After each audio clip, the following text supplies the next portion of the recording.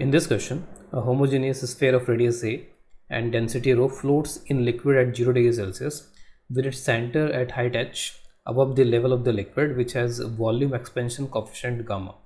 The surface tension sigma of the liquid, which has zero angle of contact, varies with temperature, where temperature is in degrees Celsius, as sigma is equal to some sigma naught 1 minus kT. So that for a small rise in temperature of the liquid, the fraction of the sphere immersed does not change if this relation is satisfied, and we have to neglect any expansion of a sphere and change in angle of contact with the temperature. So initially यहाँ पर ये जो sphere है, this sphere is in equilibrium, it is floating.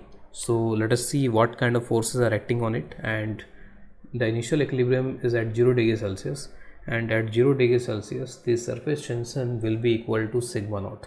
So sigma naught is the surface tension at 0 degrees Celsius, and at 0 degrees Celsius the density of the liquid is rho, which is changing with the temperature. So what kind of forces are acting? Let us make the FBD of this sphere. So I am going to make FBD of this sphere.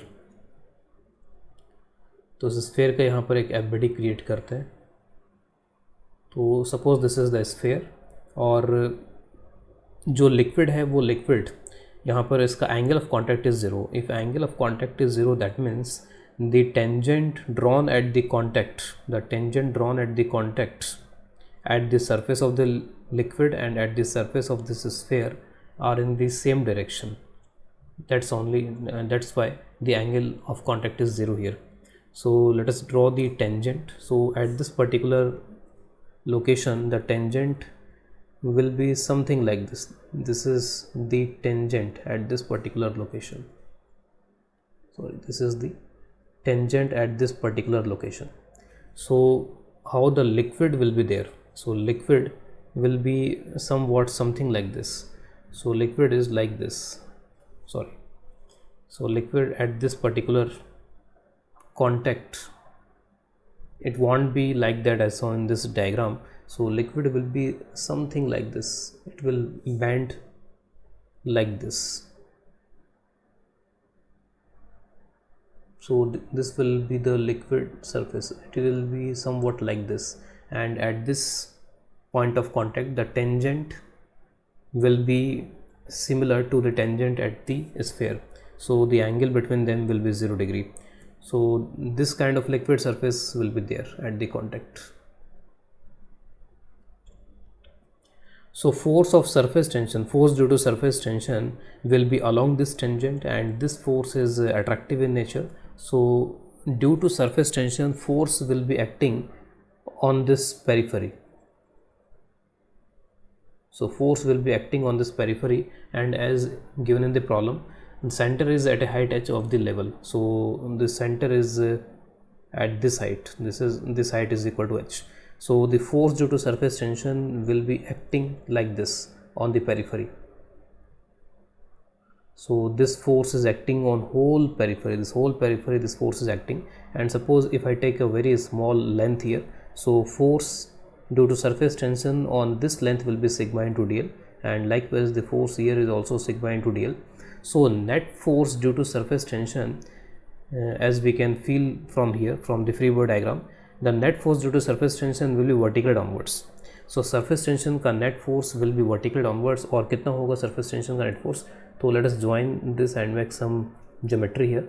So this angle will be theta, and obviously the components along the radial direction, or let us say horizontal direction.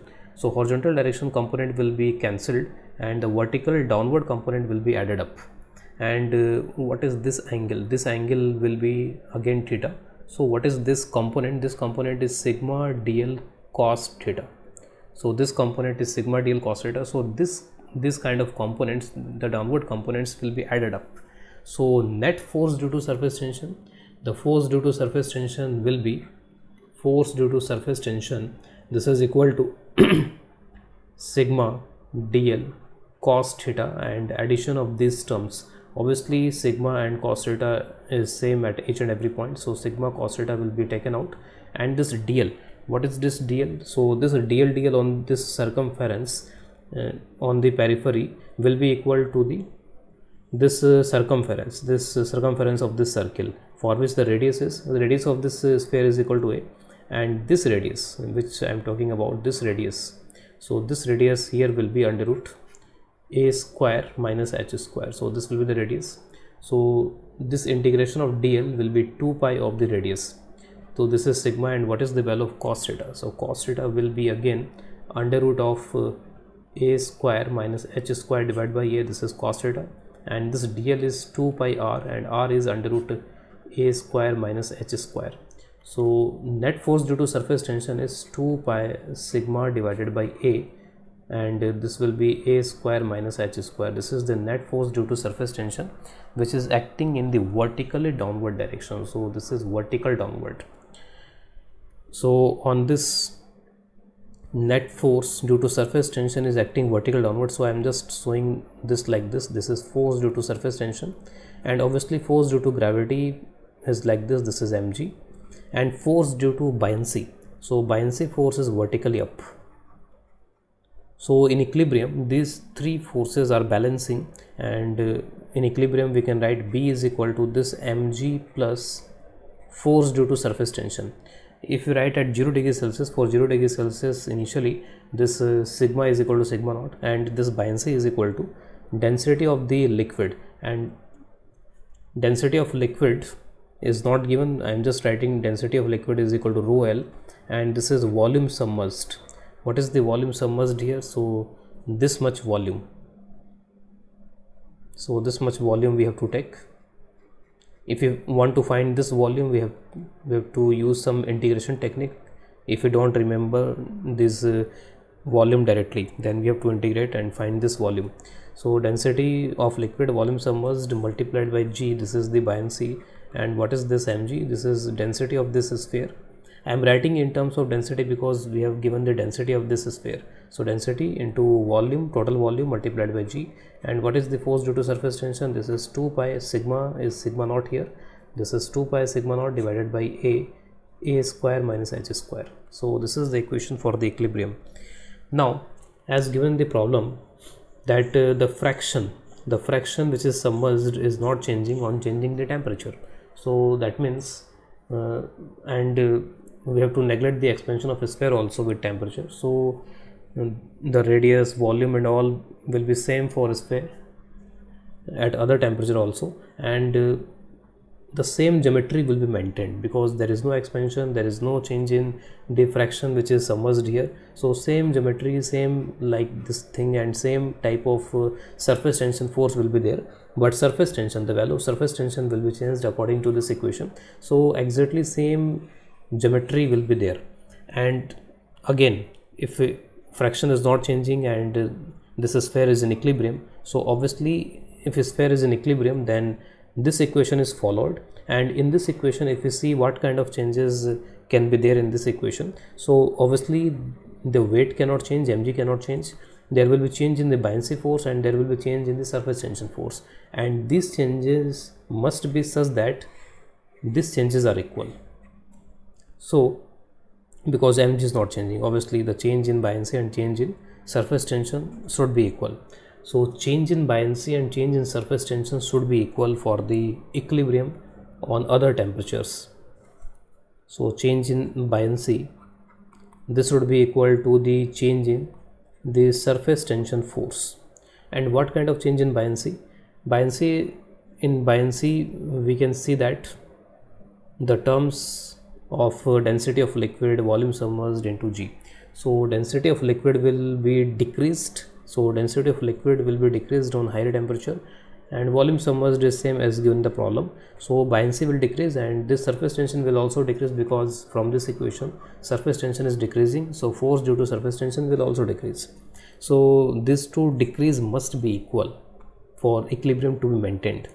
So and in buoyancy the density of liquid is changing, so I can write for this differential change in density of the liquid into volume submerged into g, and change in surface tension we have to write 2 pi a, and change in surface tension is delta sigma a square minus h square. So for change in density of the liquid, we are given in the problem that gamma is the volume expansion coefficient of the liquid. So for density we can use this formula: density on a new temperature is equal to density initial, or suppose this is rho naught, divided by 1 plus gamma delta T. So this is the variation of density with temperature, and I can write it like this: rho naught 1 plus gamma T, and again I can write this rho naught 1 minus gamma T. 1 plus gamma T raised to power minus 1, and or from binomial I can write rho naught 1 minus gamma T. So what is delta rho here? Delta rho is initial density rho naught minus gamma delta T. This minus is due to, because if temperature is increasing, then change in density is negative. So I am just using the magnitude of change here. So magnitude of change, initial density we are given, I am taking as rho L. So this is the initial density and this is gamma delta T. Volume submerged, just put it like this, 2 pi by A. What is the delta sigma here? So delta sigma is again negative, so it is perfectly balanced. Delta rho is negative and delta sigma is negative. So delta sigma, from this equation we can write delta sigma is simply equal to minus sigma naught K delta T. So this is delta sigma. Just put it here magnitude wise, because for density I have written magnitude wise. So delta sigma is sigma naught K delta T, and this is A square minus H square. So delta T will be cancelled from here, and we have to find this kind of ratio K by this gamma. So let us do that.